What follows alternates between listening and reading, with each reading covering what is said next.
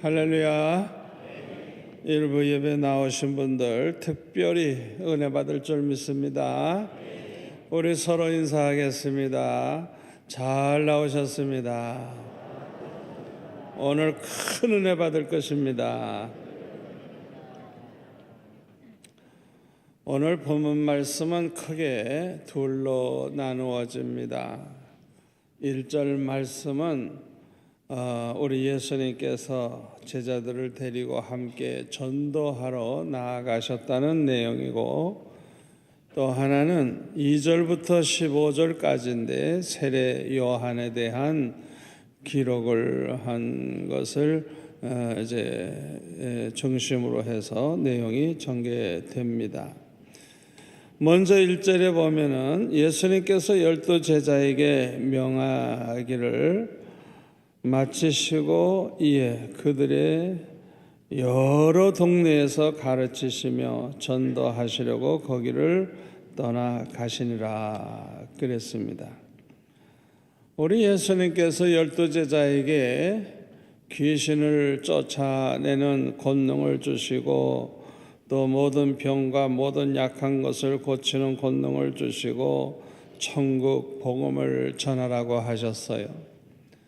그런데 이번에는 제자들과 함께 여러 동네에 다니시면서 가르치시고 전도하기 위해서 그 제자들에게 말씀하시던 그곳을 떠나셨다고 말씀하고 있습니다. 우리 예수님은요, 제자들에게 잘 가르치시기만 한 것이 아니고 친히 본을 보여주셨습니다. 이론적인 가르침도 중요하지만은 그보다도 더 중요한 것은 배운 대로 실천할 수 있도록 훈련하는 것, 그것이 사실은 더 중요한 것입니다. 그러므로 예수님은 3년 동안 제자들을 항상 데리고 다니시면서 예수님이 그 말씀 전하시는 것을 일일이 보게 하시고 듣게 하셨어요. 그리고 예수님께서 어떻게 행하시는가를 보게 하셨습니다. 왜? 그것을 보고 배우라고 훈련을 시키는 것이죠.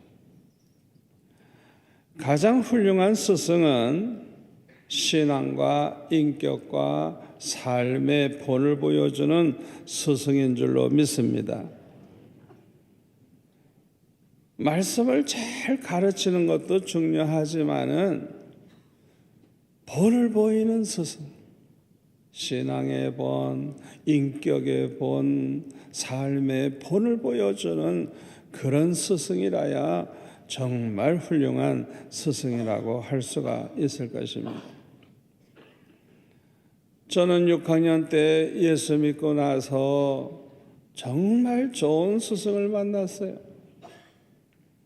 저를 전도한 그 친구의 큰 형님이 대학생인데 성령 충만한 형님이었어요. 대학생이지만은 말 한마디, 행동 하나하나 허물을 잡을 게 없어요. 성품이 얼마나 좋은지 그분하고 부딪힌 사람이 아무도 없어요. 또 그분을 싫어하는 사람도 아무도 없어요. 기도 생활 항상 하나님 앞에서 겸손하게 충성하고 봉사하고, 하여튼 500명쯤 모이는 우리 교회에서 신랑감 1등. 그러니까 목사님도 장로님도 모두가 다 그냥 뭐 딸이 있든지 뭐 조카 딸이 있든지 하여튼 어떻게 해서든지 그냥 사위 삼으려고 하는 사람이 많았어요. 그래서 저는 예수 믿자마자 그 형님의 신앙생활을 그대로 본받으려고 그러고 그분의 그 성품과 인격을 본받으려고 그러고 그분의 삶을 저도 그대로 쫓아서 하려고 애를 썼어요. 그분이 기도 많이 해서요. 삼각산까지 가가지고 기도하시면 저도 따라갔어요. 또 부흥에 어디서 한다 그러면 그 형님이 가면 제가 입시 공부도 바쁜데 따라갔어요.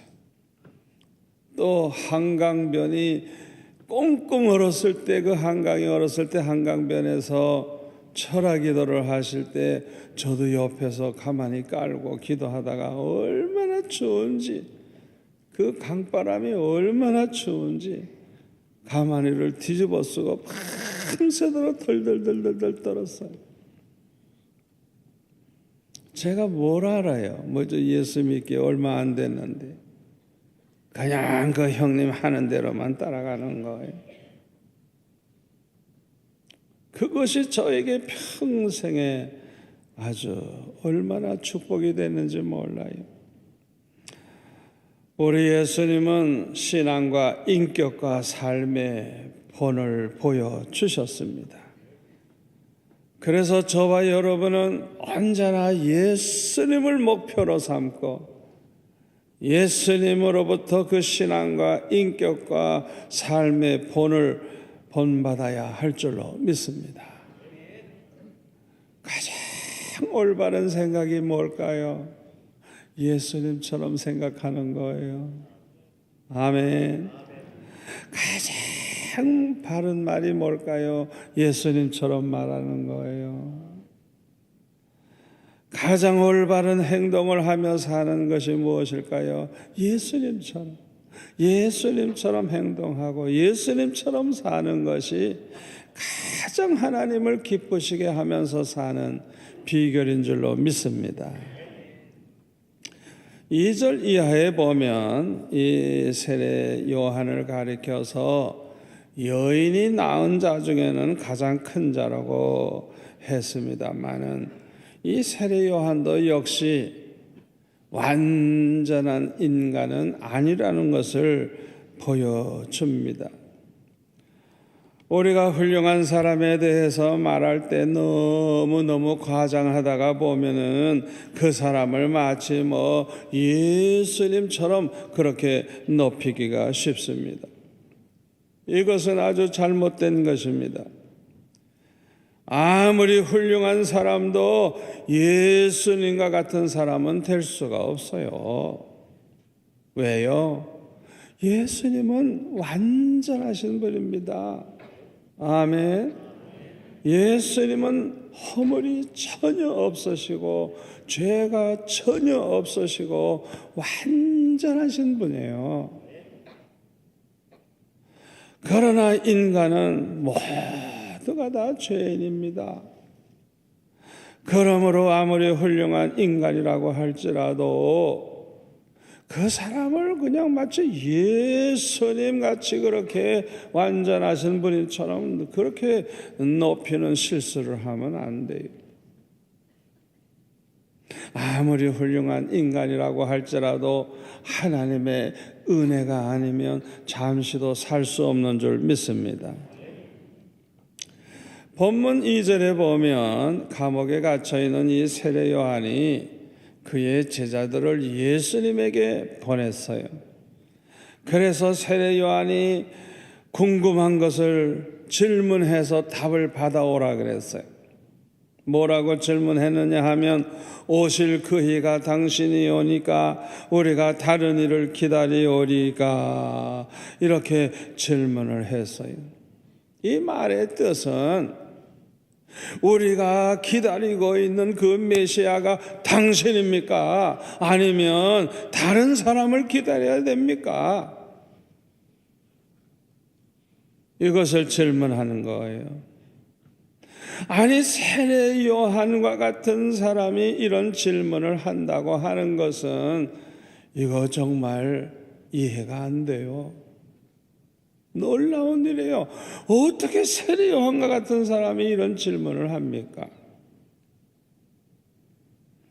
이 세례 요한은 누가복음 1장 5절 이하에 보면 아주 특별한 사람인 걸 알 수가 있어요. 제사장 사가랴와 엘리사벳 사이에서 태어났는데 나이가 많도록 아이가 없어서 평생 하나님 앞에 기도해서 응답받아가지고 낳은 아들이에요.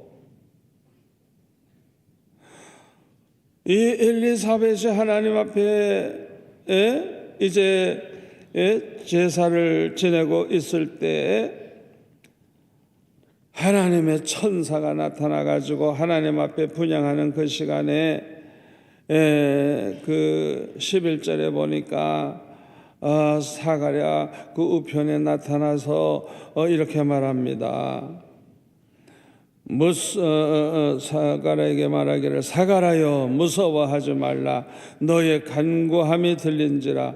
내 아내 엘리사벳이 내 아들을 낳아주리니 그 이름을 요한이라고 하라.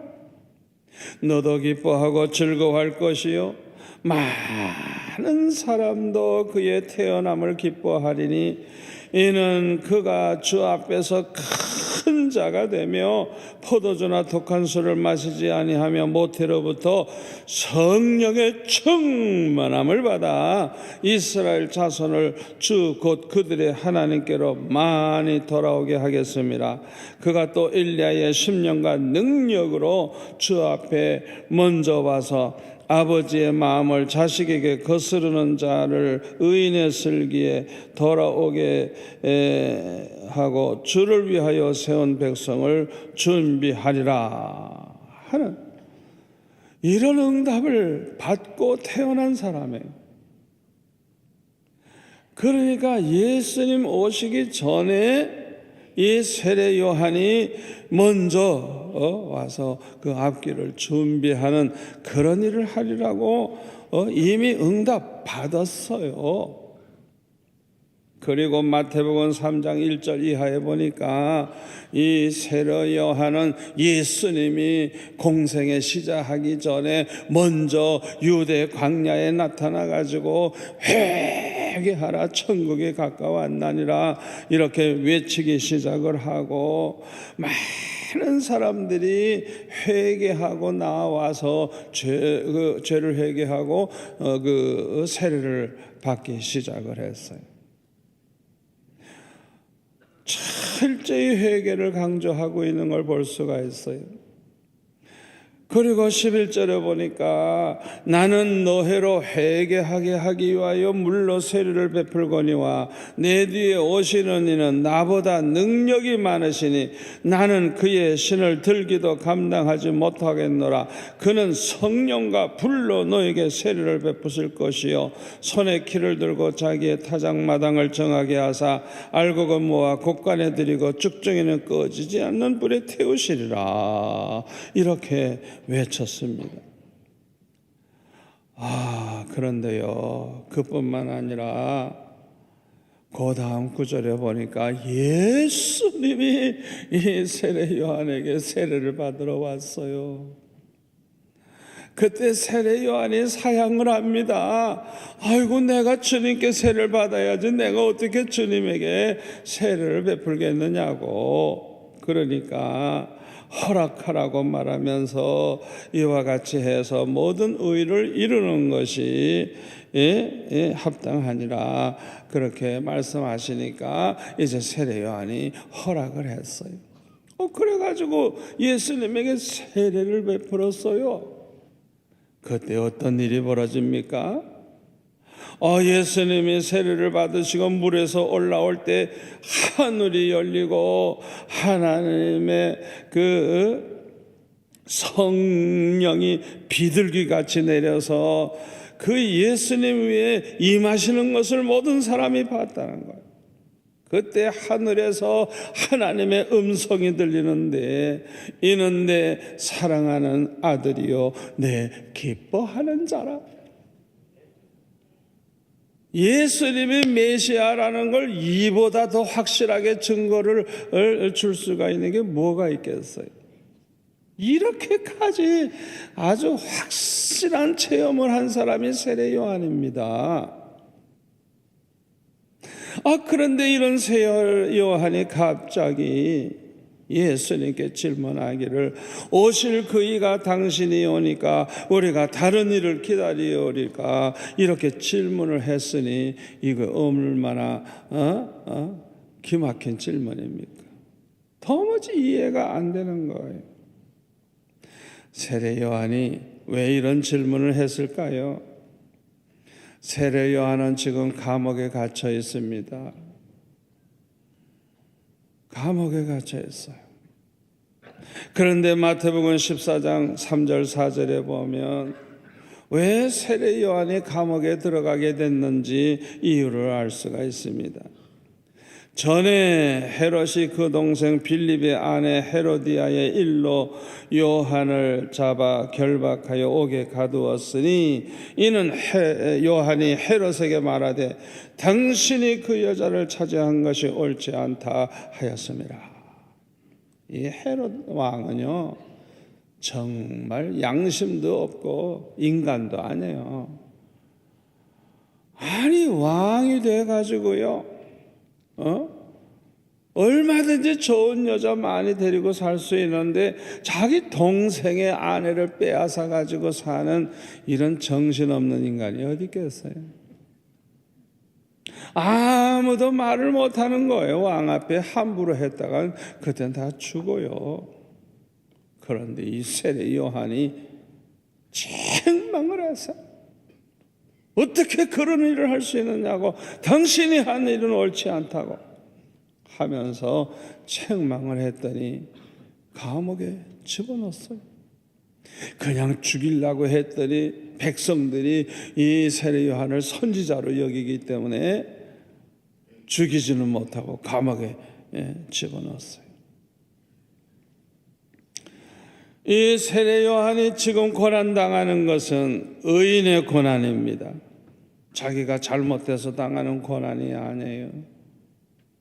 의인의 고난이에요. 그리고 헤롯 왕은 하나님의 진노를 받아서 멸망해야 할 인간입니다. 그런데 하나님께서 이 헤롯을 왕의 자리에 그대로 두시고 의인은 억울하게 고난을 당하게 하시니 하나님의 공의에 대해서 의문을 품게 되었을 것입니다. 그뿐만 아니라 지금은 세례 요한이 억울하게 감옥에 들어가서 고생하고 있는데 왜 예수님께서 한마디 말씀도 하지 아니하시고 가만히 계시는지, 예수님이 메시아라고 하면 가만히 계시지 아니할 것 같이 생각되었기 때문에 이런 질문을 했을 것이라고 생각할 수도 있습니다. 그리고 예수님이 행하시는 그 큰 권능이라면 그 권능으로 옥문을 열어주시고 세례 요한을 구원하실 수도 있지 아니할까 하는 생각을 했을지도 모르겠습니다. 그뿐만 아니라 세례 요한이 고난을 잘 참고 견디어 오긴 했지만은 그 인내에 한계가 왔기 때문에 이런 질문을 했을지도 모릅니다. 또 한 가지 이유는 자기 중심의 생각을 했기 때문이라고 생각할 수가 있습니다. 세례 요한이 믿음이 좋은 사람이지만은 완전하지는 못했다는 걸 보여주고 있는 거예요. 어떻게 보면 세례 요한은 깨끗하게 산 사람이에요. 결혼도 하지 않았어요. 그는 일찍이 광야에서 기도 생활하면서 말씀을 연구하면서 준비하다가 성령 충만한 가운데 예수님이 말씀하시기 전에 나타나서 예수님을 증거하기 시작한 그런 사람이에요. 그러다가 순교했어요. 아주 일찍이 순교했어요. 얼마나 깨끗하게 산 사람인지 몰라요. 그렇기 때문에 우리가 잘못하면 세례 요한을 죄 없는 의인처럼 생각하기 쉽고 완전한 사람으로 생각하기 쉽고, 우리가 잘못하면 세례 요한을 너무너무 지나치게 훌륭하게 생각하기 쉬운 거예요. 그런 생각을 하지 못하게 하기 위해서 오늘 본문과 같은 이런 내용이 기록되어 있는 거예요. 세례 요한도 저와 여러분과 똑같은 사람이에요. 믿음이 훌륭해 보여도 연약함이 있는 인간이었던 것입니다. 이렇게 질문한 세례 요한의 제자들에게 예수님은 이렇게 대답을 하셨습니다. 첫째로는 너희들이 보고 듣고 본 대로 요한에게 전하라 그래서요. 4절과 5절 볼까요? 예수께서 대답하여 이르시되 너희가 가서 듣고 보는 것을 요한에게 알리되 맹인이 보며 못 걷는 사람이 걸으며 나병한 자가 깨끗함을 받으며 못 듣는 자가 들으며 죽은 자가 살아나며 가난한 자에게 복음이 전파된다 하라. 예수님 하시는 일을 봐라. 메시아가 아니야. 이거는 보통 선지자가 할 수 있는 일이 아니에요. 하나님만이 하실 수 있는 일이에요. 메시아만이 할 수 있는 일이에요. 아멘. 그러니까 너희들이 듣고 본 대로 가서 얘기해라. 그 말은 내가 메시아다, 그런 말씀이에요. 그 다음에 6절 보실까요? 6절 우리 한번 같이 읽겠습니다. 너무 중요해요. 누구든지 나로 말미암아 실족하지 아니하는 자는 복이 있도다 하시니라. 참 중요한 말씀이에요. 누구든지 예수님으로 말미암아 어떤 일을 당해도 어떤 처지에 있어도 실족하지 않는 사람, 복이 있다는 말씀이에요. 예수님 한 분만으로 만족하기 때문에 어떤 일을 당해도 실족하지 않는 사람은 복이 있는 사람이라는 것입니다. 유명한 토마스 아켄피스는 어느 날 하나님의 음성을 들었어요. 너는 내게 구하라. 내가 무엇을 줄까? 하나님의 음성을 들었어요. 얼마나 기가 막힌 음성입니까? 내게 구하라, 내게 구하라. 내가 너에게 뭘 줄까? 여러분들도 이런 음성 들으시기를 축원합니다. 이야, 주님이 이렇게 말씀하시면 여러분 뭐라고 대답하겠어요? 미리 준비해 놓으세요. 갑자기 생각하려면 대답하기 곤란하잖아요. 그런데 토마스 아켄피스는 뭐라고 대답을 했는가 하니, 저는 그리스도 외에는 바라는 것이 없습니다. 그렇게 대답했다는 거. 다른 거 아무도 구할 것 없고 주님 한 분만으로 만족합니다. 참 얼마나 훌륭한 하나님의 사람입니까? 저와 여러분도 예수님 한 분만으로 만족하기 때문에 이 세상의 것 다 잃어버려도, 아무리 억울한 일을 당해도, 아무리 고난이 있어도 실족하지 않는 그런 성도가 되시기를 축원합니다. 그리고 세례 요한의 제자들이 떠난 후에 7절에 보니까 예수님은 이렇게 말씀을 하십니다. 그들이 떠나매 예수께서 무리에게 요한에 대하여 말씀하시되 너희가 무엇을 보려고 광야에 나갔더냐? 바람에 흔들리는 갈대냐? 바람에 흔들리는 갈대. 처녀의 마음은 갈대와 같고 그런 노래도 있죠. 사람의 마음은 조석변이라고 그렇게 옛날부터 말을 했어요. 사람의 이 마음이라는 건 아침에 다르고 저녁에 다르고 여기 앉았을 때 다르고 나가면 다르고 교회에 있을 때 다르고 집에 가면 달라지고 사람의 마음이 그렇게 변화가 많은 거예요. 베드로 보세요. 다른 사람은 다 주를 버려도 자기는 주를 버리지 않겠대. 죽으면 죽었지 절대로 주님을 떠나지 않겠다고 큰 소리 그냥 팍팍 쳤어요. 여러분, 그 베드로가 과장한 거 아니에요. 진심이에요. 진심이에요. 정말 베드로는 주님을 사랑하고 주님을 위해서 죽을 각오가 돼 있는 사람이에요.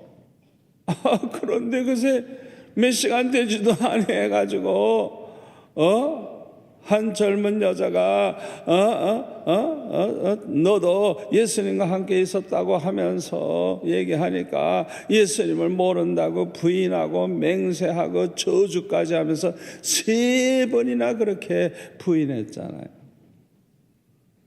그게 인간이에요. 마음은 원이로되 마음은 원이로되 막상 위험한 일을 당할 때 흔들리는 인간, 바람에 흔들리는 갈대와 같은 인간이에요. 세례 요한도 그 믿음이 대단했지만은 흔들릴 때가 있었던 것입니다. 아니 그만큼 체험을 했고 증거를 받았다고 하면 세례 요한은 의심하면 안 되잖아요. 그런데도 세례 요한도 바람에 흔들리는 갈대와 같이 마음이 흔들릴 때가 있었던 것입니다. 제가 초등학교 6학년 때 은혜를 받고 이제 중학교를 들어갔을 때 어쩌면 그렇게 분위기가 다릅니까? 그때는 뭐 이렇게 중고등부 뭐 같이 모이고 그랬는데 학생 수가 적으니까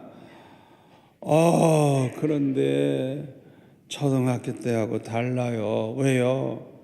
막 아가씨들이 저한테 탁 찾아와 가지고 안녕하세요 이러고 인사하고 하는데, 물론 내가 인물이 잘나서 그런지 모르지만은 이거 보통 하냐, 이 아가씨들이 어떻게 뭐 와가지고 말이죠, 막 인사도 하고 그래가지고 제가 걱정이 되더라고요.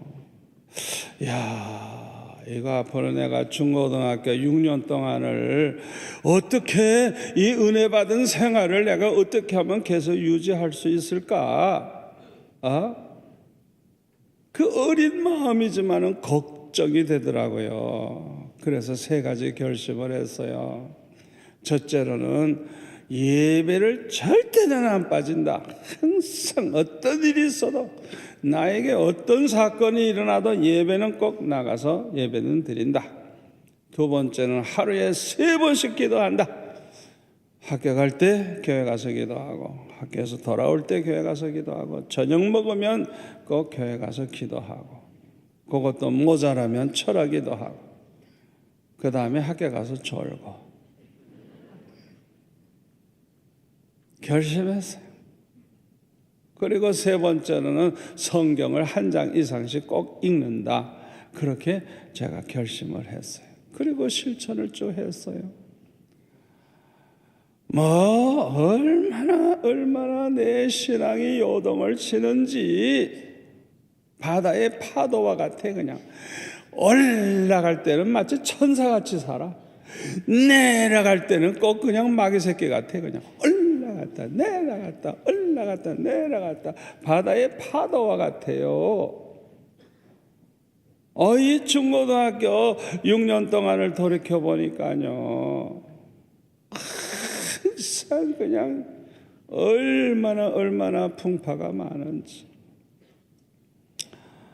그런데 저는 3가지를 실천했거든요. 그랬더니 좋은 게 뭐냐, 오뚜기와 같이 아무리 마귀가 나를 넘어뜨리려고 그러고 아무리 타락시키려고 그래도 오뚜기 같이 벌떡 일어나고 아멘 아멘 아멘. 그래서 제가 그 어려운 6년을 잘 승리할 수가 있었어요. 받은 은혜가 얼마나 많은지 몰라요. 그러니까 고등학교 3학년 때 이 고등부 학생들이 헌신 예배 드리는데 아니 강사 초청을 안 하고 나보고 설교하래. 형님이 좀 해달라고. 그래서 제가 고3 때 고등부 헌신 예배 설계한 사람입니다. 제가 이 얘기했어요. 지나간 6년단을 돌이켜보니까 이 중고등부 6년 동안 정말 바람에 흔들리는 갈대와 같아. 그냥 얼마나 요동치는지. 그 어려움을 극복한 비결이 이 3가지 결심을 내가 실천했기 때문에 극복할 수 있었다고 간증을 하면서 여러분들도 이제부터 다 이 3가지 결심을 하고 실천하라고 설교를 한 적이 있습니다. 그 다음에 8절에 보니까 그러면 너희가 무엇을 보려고 나갔더냐? 부드러운 옷 입은 사람이냐? 부드러운 옷을 입은 사람들은 왕궁에 있느니라. 그래서 이 부드러운 옷 입은 사람, 왕이나 귀족들이 입는 옷이죠. 그 다음에 9절 10절을 보니까 그러면 너희가 어찌하여 나갔더냐? 선지자를 보기 위함이었더냐? 옳다 내가 너에게 이르노니 선지자보다 더 나은 자니라. 기록된 바 보라 내가 내 사자를 내 앞에 보내노니 그가 내 길을 내 앞에 준비하리라 하신 것. 이 말라기 3장 1절에 나옵니다. 이 사람에 대한 말씀이니라. 이렇게 말씀하면서 내가 진실로 너에게 말하노니 여자가 낳은 자 중에 세례 요한보다 큰 이가 일어남이 없도다. 그러나 천국에서는 극히 작은 자라도 그보다 크니라. 이렇게 말씀하고 있습니다. 선지자보다 더 나은 자니라. 보통 수준의 선지자가 아니라는 거예요. 그러니까 이 세례 요한이 얼마나 훌륭한 사람인가 알 수 있죠. 또 여자가 낳은 자 중에 세례 요한보다 큰 이가 일어남이 없도다.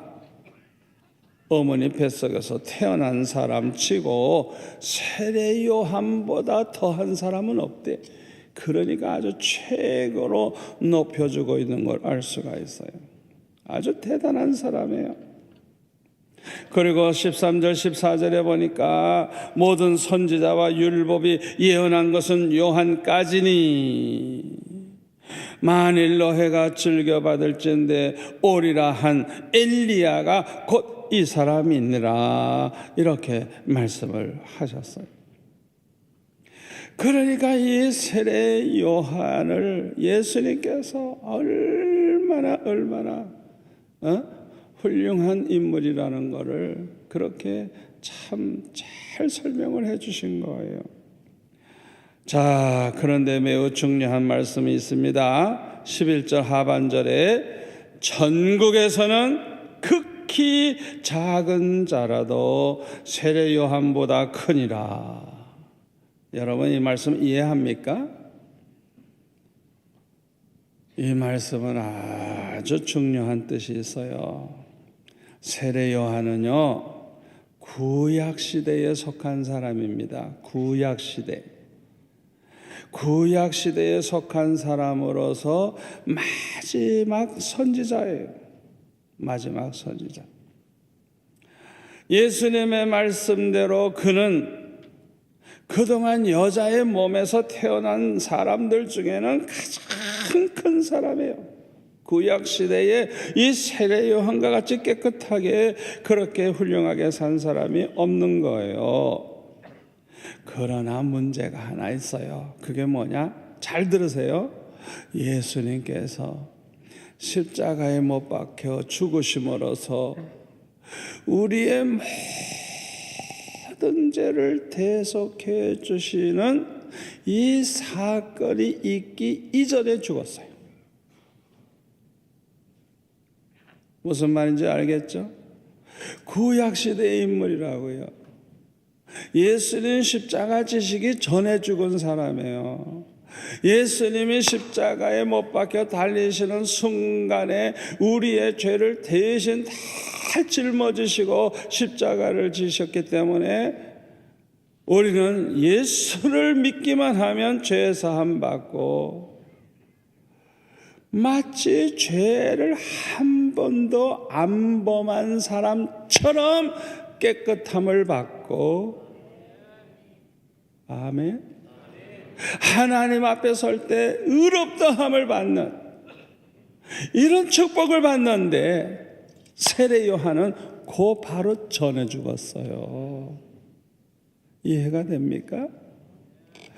그러니까 세례 요한은 여인들이 낳은 자 중에 제일 훌륭한 사람이지만은 천국에서는 지극히 작은 자보다 더 작다.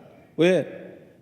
예수 믿어서 구원받아 가지고 이제 천국에 들어간 우리 성도들은 비록 죄가 많은 사람이지만은 예수님의 십자가 공로로 모든 죄를 깨끗하게 씻음 받았기 때문에, 죄가 하나도 없이 되었기 때문에, 아멘. 그래서 예수님이 비교해서 말씀하신 거예요. 이해가 되십니까? 그러므로 예수 믿어서 구원받은 저와 여러분, 예수님의 그 십자가 공로로 우리가 죄사함을 받아서 주님 앞에 섰을 때는 의인의 모습으로, 마치 죄를 한 번도 범한 적이 없는 사람의 모습으로 서게 된다는 것을 생각하고 기뻐하시고 감사하시기를 바랍니다. 할렐루야. 그리고 마태복음 11장 12절에 보면 우리 다 같이 읽겠습니다. 세례 요한의 때부터 지금까지 천국을 침노를 당하나니 침노하는 자는 빼앗느니라. 아멘. 이제 세례 요한의 이후에 이제 예수님이 십자가 지신 다음부터는, 그 이후부터는 누구든지 그냥 예수 믿기만 하면 구원받고 천국에 들어가게 된다는 것입니다. 누구든지입니다. 누구든지 예수를 믿기만 하면 죄사함 받고 천국에 들어가게 되는 거예요. 천국에 막 침노하게 되는 거예요. 할렐루야. 예수님의 우편 강도와 같은 사람도, 예수님 십자가 이미 지셨잖아요. 그 옆에 있던 그 강도, 나를 기억해 주옵소서. 평생 강도질한 사람이 예수님을 믿고 예수님에게 나를 기억해 달라고 부탁했는데, 너는 오늘 나와 함께 낙원에 있으리라. 할렐루야. 할렐루야. 여러분, 예수 믿게 된 것이 하나님의 가장 큰 은혜요, 가장 큰 축복인 줄 믿으시기를 바랍니다. 우리가 행위로 구원받은 거 아니에요.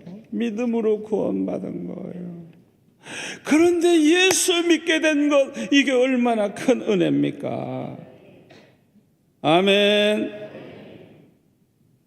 여러분은 진심으로 예수님을 믿습니까? 주는 그리스도시요 살아계신 하나님의 아들이심을 믿습니까? 예수님의 십자가 공로로 죄사함을 받았음을 믿습니까? 참으로 여러분은 가장 큰 은혜를 받은 사람이고 가장 큰 축복을 받은 사람들입니다. 아멘. 이 은혜와 축복을 늘 감사하면서 하나님 앞에 충성하며 살아가시기를 축원합니다. 기도하겠습니다. 아버지 하나님 감사합니다. 오늘 주신 말씀이 우리 평생의 축복이 될 줄로 믿습니다. 이 말씀 굳게 붙잡게 하여 주옵소서. 실족하거나 흔들리지 않게 하여 주옵소서.